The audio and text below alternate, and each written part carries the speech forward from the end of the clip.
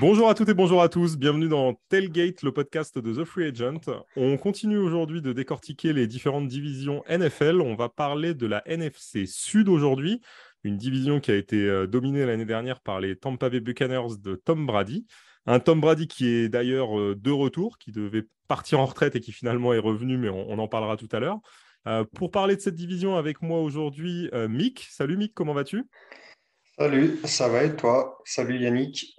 Eh bien, écoute, ça va Salut, bien et on a Yannick qui est avec nous aussi. Salut Yannick. salut les deux gars, salut à tous.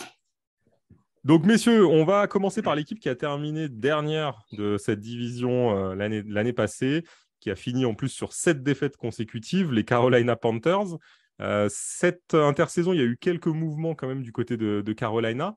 Le premier événement, c'est le retour de Christian McCaffrey qui revient de blessure et on attend évidemment beaucoup du running back puisque c'est certainement le meilleur joueur de cette équipe.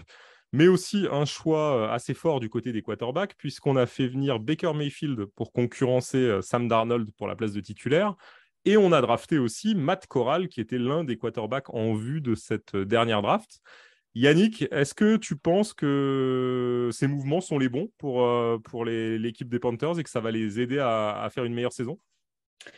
À court terme, pas sûr, puisque donc c'est toujours la recherche du quarterback chez eux. C'est vraiment ce qui leur manque depuis la fin de l'ère Cam Newton, qui était le dernier quarterback qui est resté sur une forte période. Il y a une grosse instabilité au poste de QB. Et je ne pense pas que l'ajout de Baker Mayfield rajoute beaucoup de stabilité, puisqu'il lui reste de mémoire un an de contrat. Et qu'est-ce qui va se passer l'année prochaine? Donc, ils ont récupéré deux quarterbacks issus de la même promo. Pas sûr que ça leur fasse passer le palier tout de suite. Voilà. Mais la bonne nouvelle pour eux reste malgré tout plutôt le retour de Christian McCaffrey s'il est en santé. Alors justement, ça ce sera la grande question, et c'est toujours un peu le problème ces dernières saisons avec lui. Côté attaque, on n'a pas eu un grand changement en dehors du quarterback, bon, même si ça reste un changement important. McCaffrey sera toujours là, DJ Moore aussi, Robbie Anderson sera là aussi.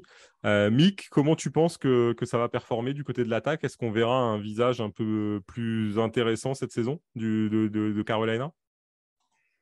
Ben, je suis pas vraiment sûr parce que bon, Baker Mayfield, sera sûrement un peu mieux que Sam Darnold. Après, le problème de l'année dernière, à mon avis, il n'est pas réglé, c'est le coaching staff. On l'a vu l'année dernière, ça, il se cherchait, quand McCaffrey était pas là, c'était quasiment catastrophique. Enfin, il y avait rien, il n'y avait pas de jeu, c'était pas performant. Donc, on a vraiment l'impression que McCaffrey fait tout et puis après, on verra comment ça se passe. Et donc, je vois pas trop ce qui changerait en fait cette année à ce niveau-là. D'accord. C'est vrai que oui, de toute façon, c'est le joueur essentiel de cette attaque. Il court, il réceptionne aussi beaucoup de ballons. Donc c'est vrai que ça va être. Enfin, je pense il va toujours être important. Yannick, tu penses pas est-ce que toi de ton côté tu es d'accord avec Mick et est-ce que tu penses pas que DJ Moore et Robbie Anderson peuvent peut-être avoir un peu plus de protagonisme avec l'arrivée de Mayfield?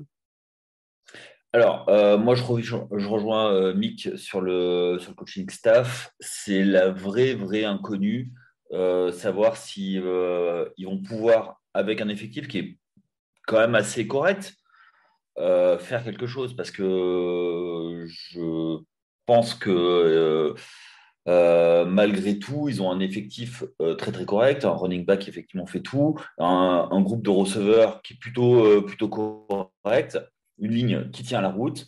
Je pense qu'il y a un vrai problème de coaching. Donc, est-ce qu'ils vont step up? Peut-être. Est-ce que le vestiaire va soutenir le coaching staff? Ça va être ça la vraie question sur l'attaque. Alors, le coaching staff, je le rappelle, hein, c'est Matt Rouleux, le head coach de l'équipe. Et il est assisté de Ben McAdoo au niveau Il est coordinateur offensif, McAdoo. Et tu parlais de la ligne, c'est James Campen qui gère la ligne. Donc, c'est vrai que ça va être une clé, hein, cette attaque. Du côté de la défense, si on regarde maintenant, les Panthers ont perdu quand même des joueurs importants. Ils ont vu Stephen Gilmore qui est parti. Il y a eu aussi Hassan Reddick qui est parti. Ils n'ont pas comblé, enfin moi je trouve pas qu'ils aient fait de grosses arrivées pour combler ces départs. Est-ce que vous pensez que ça va pas s'effondrer un peu derrière, Mick? Ben, ouais, le problème, c'est qu'ils n'ont pas remplacé deux excellents joueurs. Donc, enfin, ils les ont remplacés numériquement, mais pas par la qualité. Donc, ouais, on risque, si l'attaque se met pas vraiment à performer beaucoup mieux que l'an dernier, ça risque d'être une saison très compliquée pour eux. Yannick, tu rejoins Mick là-dessus? Ah, complètement. En fait, ça va être combien de temps on va passer l'attaque sur le terrain pour laisser mettre la défense le moins longtemps sur le terrain. C'est pour moi, ça va être ça pour eux leur souci. Donc c'est ça. Donc est-ce que s'il y a des free and out à Tire-Larigot, je pense que la défense va être très vite exposée. Elle n'est pas catastrophique, mais comme tu as dit, les deux départs ne sont pas remplacés. Et bon, après, il va peut-être y avoir des révélations. Un coordinateur qui va avoir trouvé des jeux. Bon, pourquoi pas, mais moi, je pense qu'ils ont step down sur la défense. Je rappelle que, en plus, cette équipe, paradoxalement, était la deuxième équipe qui encaissait le moins de yards l'année dernière, qui concédait le moins de yards.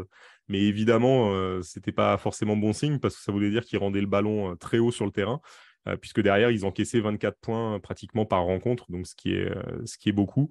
Donc c'est un peu le défi cette année, c'est de rendre le ballon un peu moins haut sur le terrain et de mettre un peu moins les attaques adverses dans des positions avantageuses. Tu C'est parlais pour ça qu'il de... faut- c'est pour Pardon? ça, excuse-moi de te couper, c'est pour ça qu'ils ont récupéré le Johnny Aker comme punter. Oui, Donc, tout à fait. qui, est, qui a pris un gros contrat d'ailleurs, et ils ont fait un gros contrat, et à mon avis, je pense que c'est en partie à cause de ça. Donc, c'est un sacré ajout en special team. Oui, tout à fait. C'était le punter des Rams, il me semble, auparavant.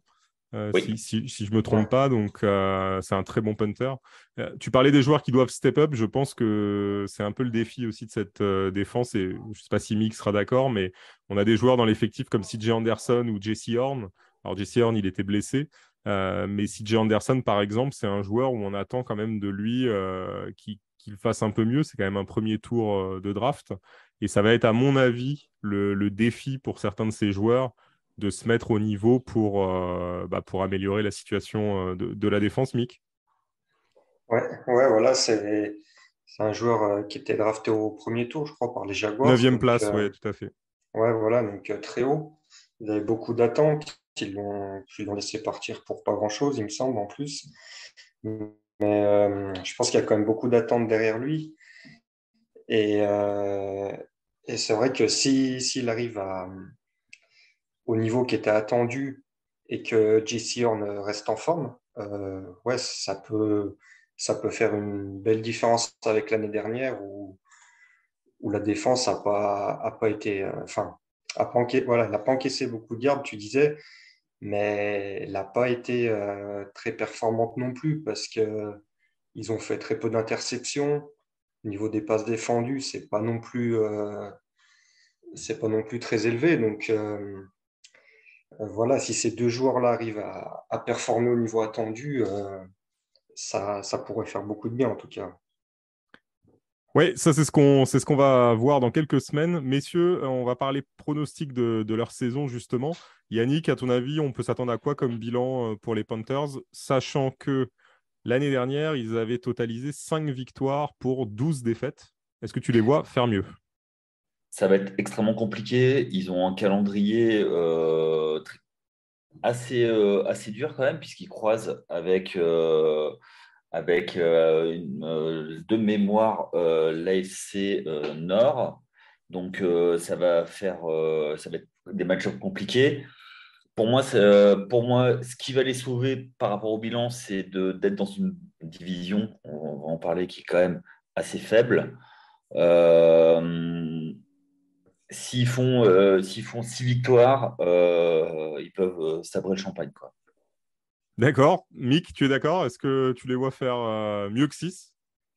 Non, non, pas du tout. Non, je suis tellement d'accord. 6 victoires, ça serait presque un exploit. Donc, hein, je pense que ça sera un bilan à peu près identique à l'année dernière. 4, 5 victoires, à mon avis, ce sera leur place. Ouais. Bah, Ouais, ça. quand on voit Vas-y, leur vas-y. début de saison, ils commencent par Cleveland à la maison, donc avec l'incertitude Cleveland. Ils vont aux Giants et après ils enchaînent New Orleans, Arizona, San Francisco, les Rams, Tampa Bay. Donc ça fait un sacré programme quoi, pour commencer. Ouais, c'est clair. C'est clair, c'est clair. Donc, Et... s'ils se loupent au départ, ça va être la saison galère et pour moi, ça va être quelque chose de terrible. Donc, ils ont intérêt à gagner dès le premier match contre Cleveland à la maison, quoi. Et on verra, comme vous l'avez dit, on verra aussi l'état de santé de McCaffrey qui doit montrer qu'il peut encore jouer au plus haut niveau. C'est vrai qu'il a souffert quand même de beaucoup de blessures ces dernières années. Donc, on espère pour lui qu'il sera de retour parce que c'est vraiment le leader, en tout cas, de cette attaque. Oui, mais Messieurs, oui. pardon, excuse-moi, Non, vas-y, vas-y. je vais juste rajouter sur Christian McCaffrey, c'est que, en fait, effectivement, c'est la plaque tournante de l'attaque. Il est extrêmement exposé puisque il court et il réceptionne également. Donc, il a beaucoup de ballons, donc forcément, il est exposé, quoi. Donc il est sujet à prendre des chocs. Donc, est-ce que le coaching staff va le protéger? Ça va être une des questions. Ça va Après, être, ouais, ça va être la question. à ce niveau-là, par contre, ils ont fait une bonne arrivée. C'est Donta Foreman, le running back qui était chez les Titans, qui a été bon l'année dernière en remplacement d'Eric Henry. Donc, je pense que du coup, ils vont pouvoir un peu plus faire souffler McCaffrey et moins l'exposer. Ouais, on va voir comment il est utilisé. En tout cas, ce sera intéressant à suivre. Surtout qu'en plus, c'est un joueur, vous le savez, qui en fantasy est très suivi par tout le monde. Donc, on verra ce que ça va donner cette saison. Parce que Ouais, mais quand encore on cette année, il est, regarde- il est- il est donné très très haut dans les mock drafts. Donc, on va voir. ouais, mais c'est l'aspect blessure qui pose problème pour moi. Oui, oui, c'est clair. C'est clair. On va passer à la deuxième équipe de cette division, messieurs, les Falcons. Ils avaient terminé donc troisième l'année dernière avec 7 victoires, 10 défaites. Les Falcons, ils ont connu une mini révolution sur la dernière année puisqu'ils ont tradé Julio Jones, qu'ils ont laissé partir. Et ils se sont aussi séparés de Matt Ryan, leur quarterback emblématique. Donc c'est un peu un renouveau du côté d'Atlanta.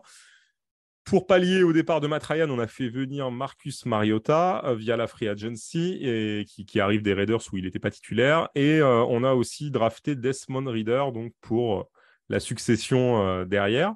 Côté receveur, on a drafté Drake London qui lui est censé être le receveur numéro 1 de cette équipe. Comment vous voyez cette saison des Falcons qui ont fait des choix forts ces derniers temps?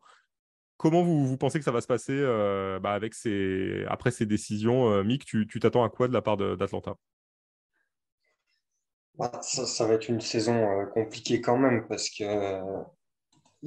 bon, déjà ils perdent Matt Ryan, donc de toute façon c'est déjà compliqué de trouver un quarterback capable de le remplacer. Après voilà, Mariota, ça fera ce qu'il est capable de faire. Ce sera un jeu un peu différent. Déjà, il court beaucoup plus. Donc, ils vont adapter leur plan de jeu en fonction de ça. Mais le problème, ça va être les cibles. Il y a très peu de cibles. Enfin, il y a Drake London, mais là, déjà, il s'est blessé hier. On ne sait pas trop ce qu'il en est. Donc, Calvin Ridley ne sera pas là de la saison. Euh, Quand on voit les autres receveurs, Alors il y a quand voilà, même ça. Kyle Pitts. Oui, il y a Cal Pitts, bien sûr. Mais ça fait pas beaucoup, quand même. Je suis pas sûr que ça soit suffisant. Donc, c'est vraiment à ce niveau-là que ça risque de manquer de cible. Et voilà, après, la ligne offensive, en plus, elle est loin d'être parfaite. Il faudra que, comment il s'appelle, désolé, Cordarrelle Patterson fasse une saison aussi costaud que l'année dernière aussi. Donc, ça fait quand même pas mal d'inconnus. Enfin, je pense que ça va être une saison quand même compliquée pour eux, aussi bien en attaque qu'en défense. Alors justement, les Falcons, à l'heure où on enregistre, ont joué hier leur premier match de pré-saison. Ils l'ont gagné, 27-23 contre les Lions. Mais bon, plus que le score, c'est plus sur le style de jeu que je trouve qu'on a eu quelques éléments. Puisqu'on a vu déjà un Desmond Reader qui était plutôt bon. Il a lancé 2 touchdowns, même si en pourcentage de passes complétées, il est en dessous des 50%. Et on a surtout vu, en fait, lui et Mariota courir. On les a vus courir à 9 reprises. Ça a représenté un peu plus de 80 yards et un touchdown pour Mariota. Est-ce que c'est pas une indication, Yannick, sur un peu ce qu'on va voir cette année du côté des Falcons, c'est-à-dire un manque de cible côté receveur et donc plus utiliser la course et le fait qu'on a des quarterbacks assez mobiles? Oui, tout à fait, tout à fait. Bon, alors déjà, Atlanta a appuyé sur le bouton rebuild. Ils refont tout. Ils ont en tradant Matt Ryan, ils ont essayé, je pense, essayé de trouver un quarterback qui correspond à ce que veut faire le coaching staff. C'est-à-dire que Matt Ryan n'était pas assez mobile. Ben, ok, on le trade, on récupère des tours de draft et derrière, ben, on choisit des quarterbacks plus NBA, pardon, NFL de maintenant. Excusez-moi, c'est l'habitude. Euh, donc du coup, c'est pour ça que effectivement, ça va être autour de ça. Et aujourd'hui, de toute façon, les quarterbacks doivent être beaucoup plus mobiles, doivent être capables à la fois de garder la poche, mais également de pouvoir bouger si besoin. Donc ça permet des joueurs options de mettre la défense sous pression et de garder un peu de temps. Après, je rejoins Mick sur le fait que Cordarrelle Patterson ça va être une saison pour lui où il va devoir être aussi très costaud. Ça va passer par un jeu aérien qui doit le soulager, qui doit donner un peu de variété à cette attaque. Et puis, ben, avec Kyle Pitts qui va être effectivement la star de cette attaque, quoi. Oui, c'est clair. Du côté de la défense, on en a rapidement, on a évoqué le fait que cette défense était mauvaise l'année dernière. Elle a été particulièrement mauvaise du côté du pass rush, puisque c'était tout simplement la pire de la ligue, avec 18 sacs totalisés, donc c'est même moins que certains joueurs comme TJ Watt ou Robert Quinn. Euh, Est-ce que vous pensez qu'Atlanta a fait ce qu'il fallait durant cette intersaison pour améliorer sa défense et surtout ce pass rush, parce que ça reste quand même catastrophique de compiler 18 sacs en 17 matchs. Pour moi, c'est encore un peu léger et je pense, comme je disais pour l'attaque, ça reconstruit, c'est pareil. On se sert à peu près la seule pièce qu'on avait, c'était Deacon Jones et on va continuer à créer une identité à partir de ça. Donc c'est vraiment une équipe en rebuild. Donc à mon avis, pour moi, la défense, c'est les premières bases pour reconstruire quelque chose de cohérent. Et voilà. Oui, et d'ailleurs, quand on regarde les choix qui ont été faits, notamment à la draft, c'est vrai que, alors, on a choisi Drake London en premier tour pour renforcer le côté receveur, et ensuite, essentiellement, ça a été du recrutement pour le pass rush et pour la défense, puisqu'il y a eu 2 pass rushers qui sont arrivés avec Arnold Ebiketie et D'Angelo Malone, et Troy Andersen qui renforce la ligne de linebacker. Donc, de toute façon, ils avaient un vrai souci de ce côté-là et ils ont essayé un peu de le régler. Maintenant, c'est vrai que les Falcons n'ont pas forcément signé de gros noms, on n'a pas vu de mouvement vraiment hyper majeur pour renforcer cette défense. Mick, est-ce que tu penses que ce sera quand même un peu mieux que ce qu'on a connu l'année dernière, sachant que, on l'a dit, pire équipe en matière de sacs, 50 touchdowns encaissés, 29e pire défense de la ligue. Est-ce qu'on peut s'attendre à mieux?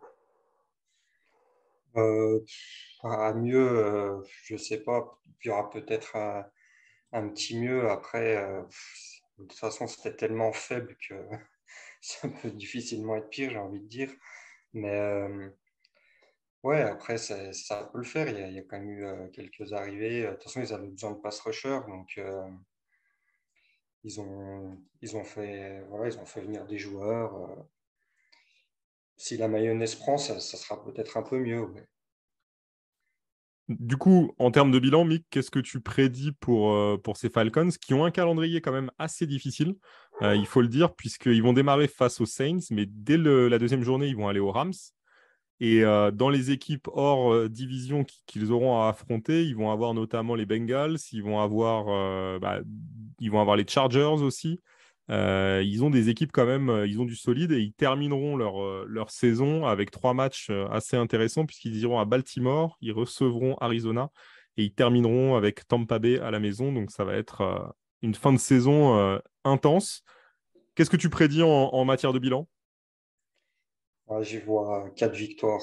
À mon avis, ça tourne à 4, peut-être 5 avec un peu de chance, mais ils ont 4, vraiment ils seront vraiment pas. donc du coup dans les pires de la NFL selon toi. Ouais, voilà, ouais. De toute façon, cette équipe, elle est trop faible. Elle manque trop de playmakers pour espérer mieux, surtout avec un calendrier compliqué comme ça. Donc, je pense que ça sera aux alentours des 4 victoires. Et ça fera pas mieux. Yannick, tu confirmes, t'es d'accord avec ça? Ah ouais, carrément. Et même pour, enfin, ils ont un début de calendrier qui est assez costaud.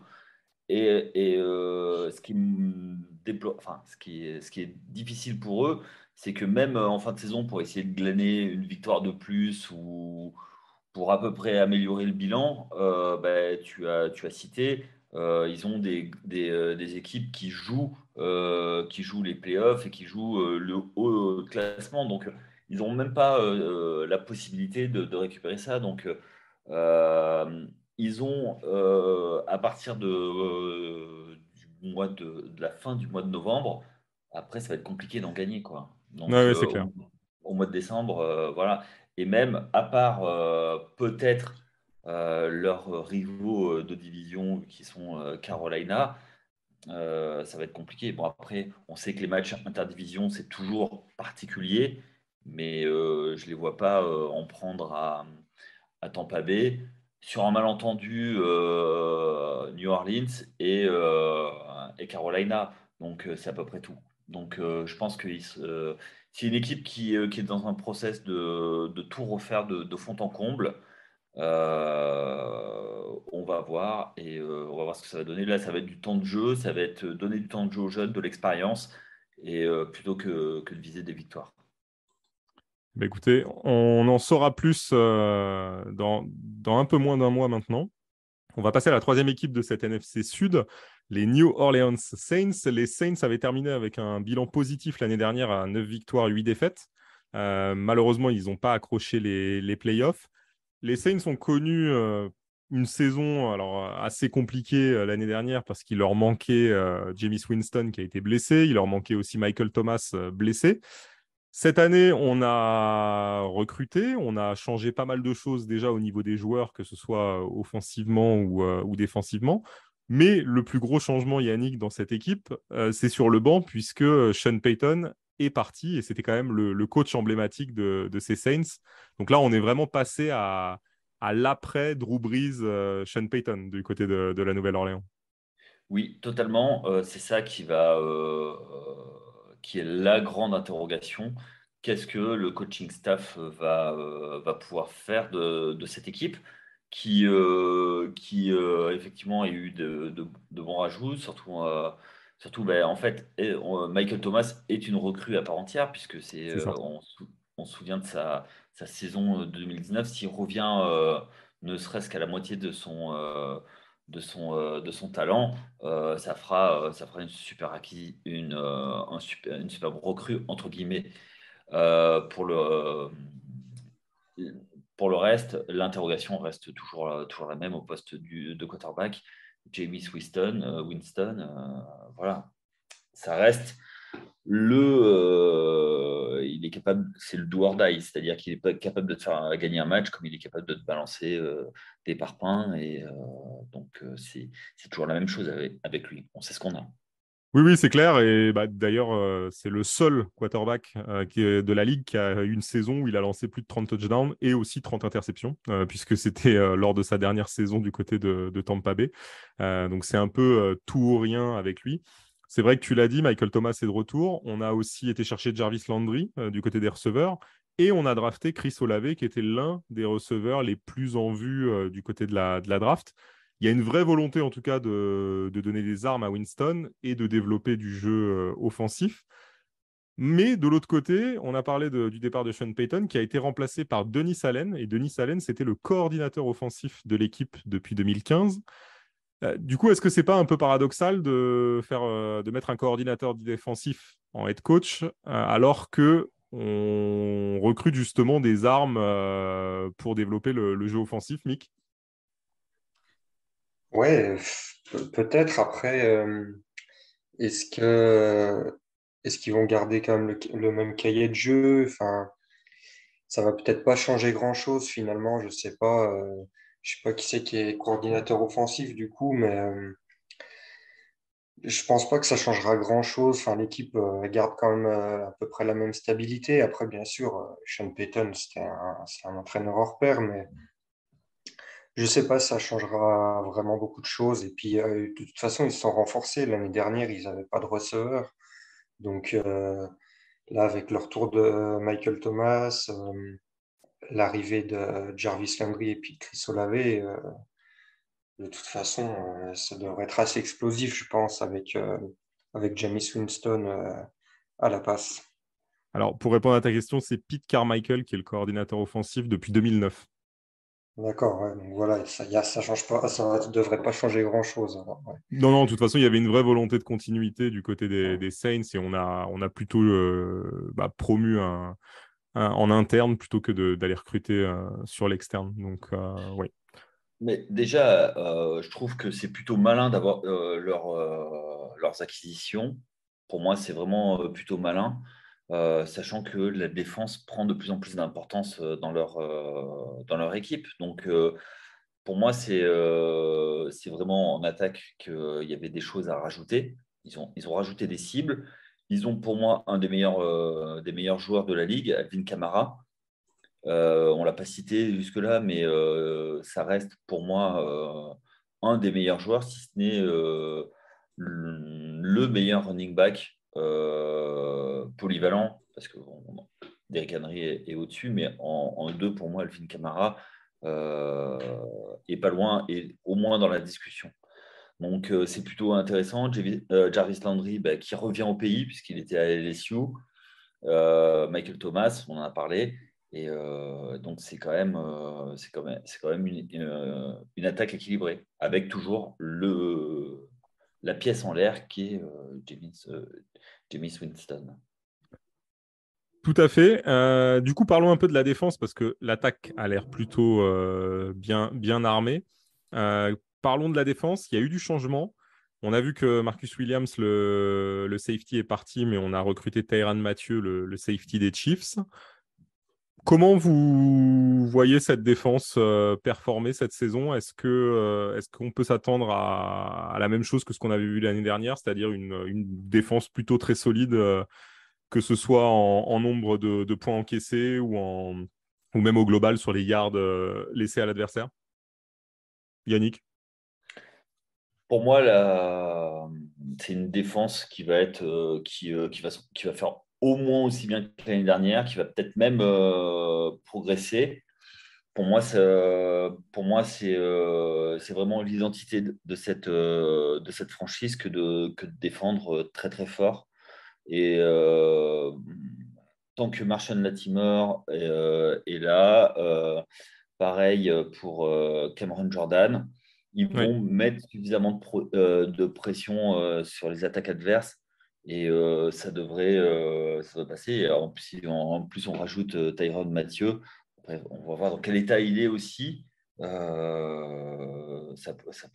va être une défense très, très, très sympa.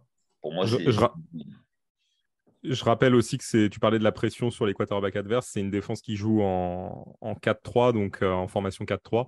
Et avec Cameron Jordan et Marcus Davenport qui sont les leaders en sacs de cette équipe. À eux deux, c'est plus de 20 sacs l'année dernière. Donc, c'est plutôt très solide.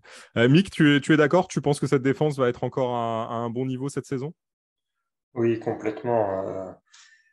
Elle a, elle a à peu près, enfin, au niveau des joueurs, elle a rien perdu en qualité, donc ça devrait continuer sur le même niveau et ça devrait beaucoup les aider pour l'année prochaine enfin pour cette saison plutôt.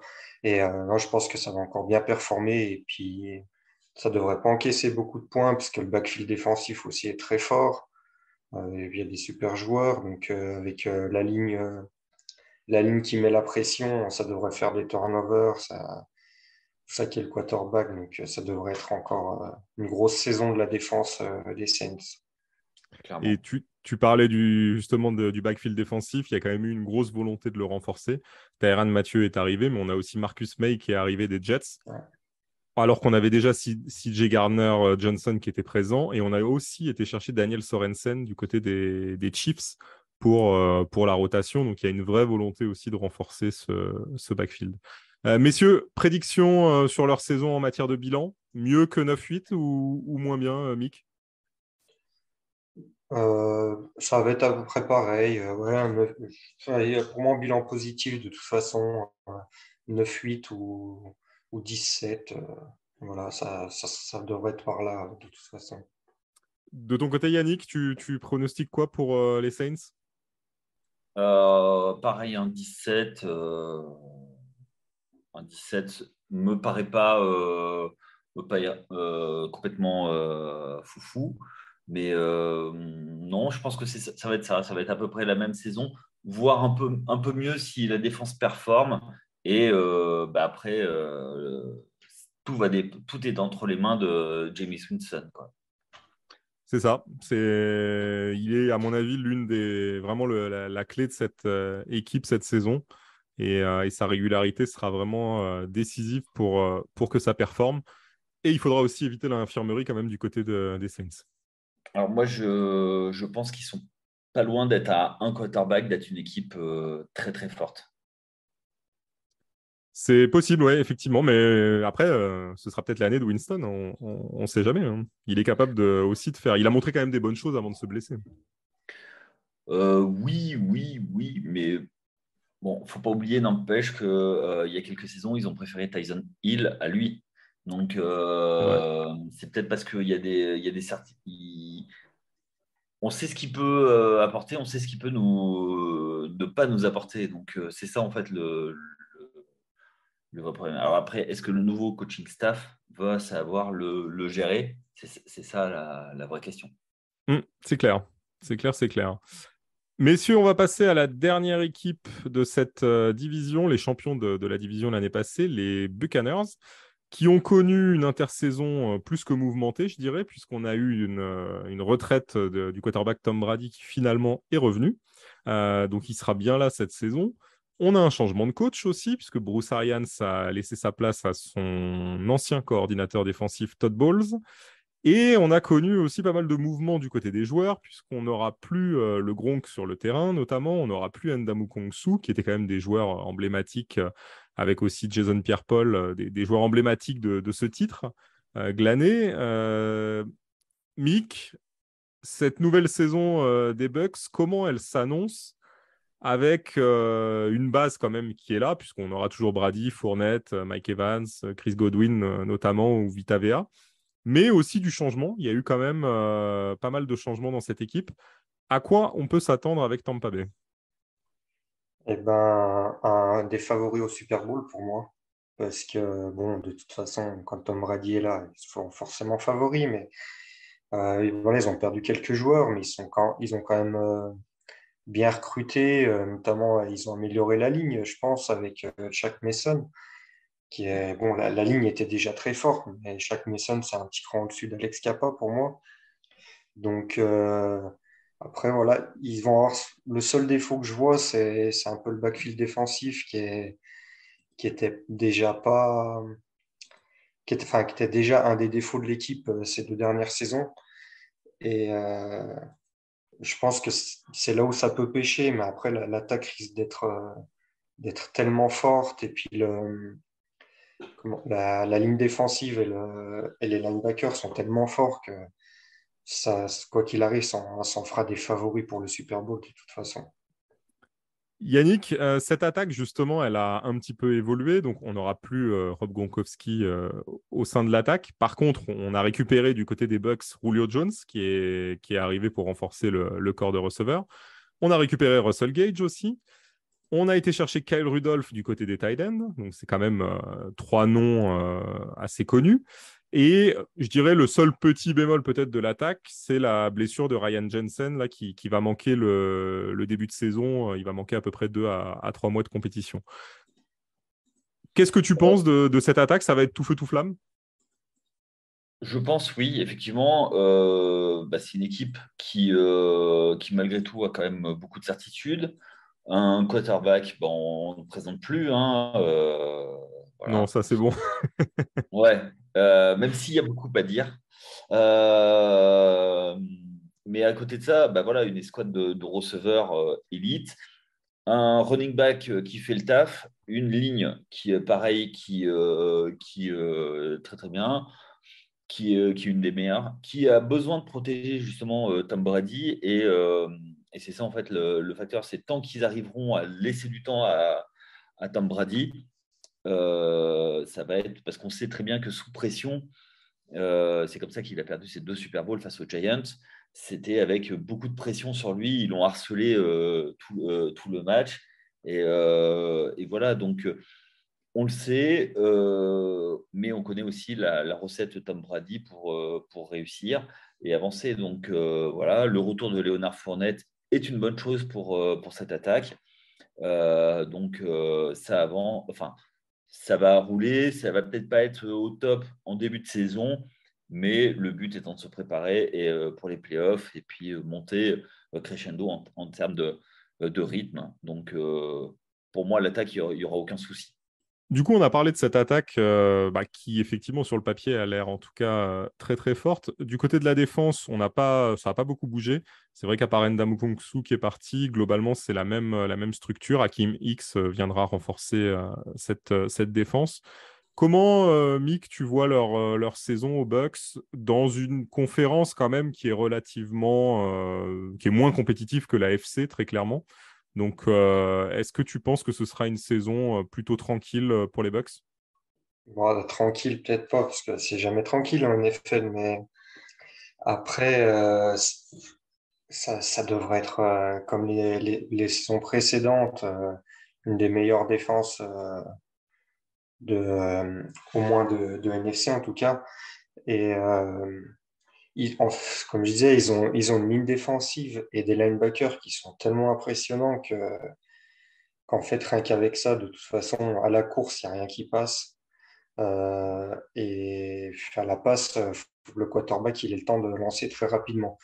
Donc après, derrière, ouais, comme je disais, le seul défaut, c'est les cornerbacks et safety qui sont pas incroyables, mais bon, ça devrait faire le travail. Ça suffira largement pour remporter la division. Et puis, de toute façon, ils feront partie des 3 ou 4 équipes qui peuvent remporter la conférence. Donc, ça, je suis pas inquiet pour leur défense. Ça devrait encore très bien performer. Je confirme ce que tu disais. À la course, c'est l'une des équipes qui laisse le moins de yards, puisque c'est la troisième meilleure défense contre la course de la Ligue l'année dernière. Et ce qui est aussi très intéressant au niveau de la pression sur les quarterbacks adverses, c'est que ce n'est pas l'équipe qui a le plus de sacs. Ils en ont 47, alors que les Steelers en ont 55. Mais par contre, c'est l'une des équipes qui a réussi vraiment à gagner enfin, à faire reculer en fait les QB adverses avec 285 yards totalisés. Donc, effectivement, cette ligne, cette défense en 3-4 fonctionne très bien. Un petit pronostic, Yannick, sur leur bilan? Au minimum un 12-5. Voilà. 12-5, donc un tout petit peu dans les mêmes eaux que l'année dernière où ils avaient fait 13-4. Mig, de ton côté, quel bilan pour les Bucks? Voilà, moi je voyais 13-4. De toute façon, ça sera à peu près. Il faudra gagner au moins 13 matchs de toute façon pour remporter la conférence. Donc je pense qu'ils en sont capables et devraient gagner 13 matchs. Ouais. Alors en plus, ils ont un calendrier plutôt favorable. C'est le 7e plus facile de la ligue, même s'ils vont commencer avec les Cowboys à Dallas. Ensuite, ils auront une fin de calendrier qui sera plutôt tranquille. Ils vont avoir Cleveland, les Saints notamment. Ils auront Carolina, ils auront les Falcons. Donc des matchs plutôt faciles à jouer. Ouais, enfin, historiquement, les Saints C'est vrai. ne leur réussissent pas tant que ça. Hein. C'est vrai. Les C'est vrai, mais bon. Les rivaux de division, c'est toujours compliqué. Il y a quand même les Rams aussi. Tu vois, ils vont en laisser quelques-uns en route, mais effectivement, la fin de saison, à part, et puis il va y avoir des matchs assez intéressants avec des match-ups au poste quarterback. Il y a Green Bay, il y a Kansas City, également Cincinnati et Arizona. Donc, Alors, pour les 3 premiers, je suis d'accord. Pour Arizona, je ne vois pas bien le match-up, mais. avec Kyler Murray, quand même. Ouais, alors Arizona, comme c'est une équipe à laquelle je ne crois pas du tout, on verra si je me trompe, mais à mon avis, en plus, il est joué en fin de saison, je crois. Donc, je pense que ce sera déjà joué pour les Cardinals sur l'ensemble de la saison. Je ne crois vraiment pas trop à cette équipe. Mais on Non, verra, peut-être qu'ils vont nous surprendre. mais Kyler Murray est fun à avoir joué, donc ça peut être sympa. Après, ça dépend s'il sera en santé aussi. Et puis, ça permettra de se projeter pour eux sur les playoffs. Et je pense que parmi les matchs que j'ai cités, c'est là où ils peuvent en laisser quelques-uns. Donc, voilà. Donc je pense que c'est pour ça le bilan que j'ai proposé. Eh bien, écoutez, messieurs, en tout cas, ça nous donne une vision sur cette NFC Sud, avec des Bucks que vous voyez comme favoris de toute façon de la division sans trop de surprises. Selon ce que vous m'avez dit, les Saints seront deuxième à la lutte pour les playoffs. Et ensuite, on aura les Falcons et les Panthers qui suivront. Selon vous, on va être sensiblement du coup sur le même classement de division que ce qu'on a connu la saison dernière, n'est-ce pas? Oui, tout à fait. Ouais. Ça devrait pas trop éventuellement s'inverser entre les Falcons et les Panthers, mais Oui, c'est pas ça un gros devrait. enjeu. Ouais. C'est pas un gros Non, ça enjeu du devrait. coup. Il y aura pas de qualification en playoff de toute façon. On a une division quand même bien établie avec une équipe qui va au bout de sa logique, qui tire le maximum de ses joueurs avant que ça explose, les Bucks.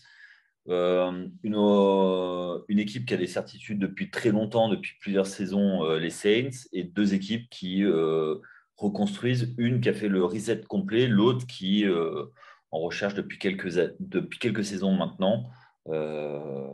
Les Panthers qui cherchent vraiment leur, leur second souffle. Quarterback. Ouais.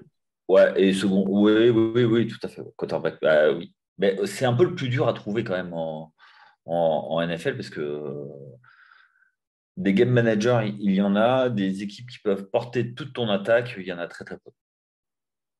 C'est vrai, c'est pas le plus facile. On verra si, avec les 3 qu'ils ont, si les Panthers arrivent à au moins en garder un pour tenir l'équipe sur les prochaines années. Ça va être intéressant à suivre en tout cas. Merci pour ces analyses, messieurs. Merci aussi à nos auditeurs. Vous retrouvez tous nos podcasts et tous nos articles sur le site durant toute la semaine. N'hésitez pas. Et on continuera donc à décortiquer ces divisions jusqu'à la fin de l'intersaison. Merci Mick, merci Yannick, c'était très intéressant. Et on vous souhaite à tous une bonne continuation et à bientôt.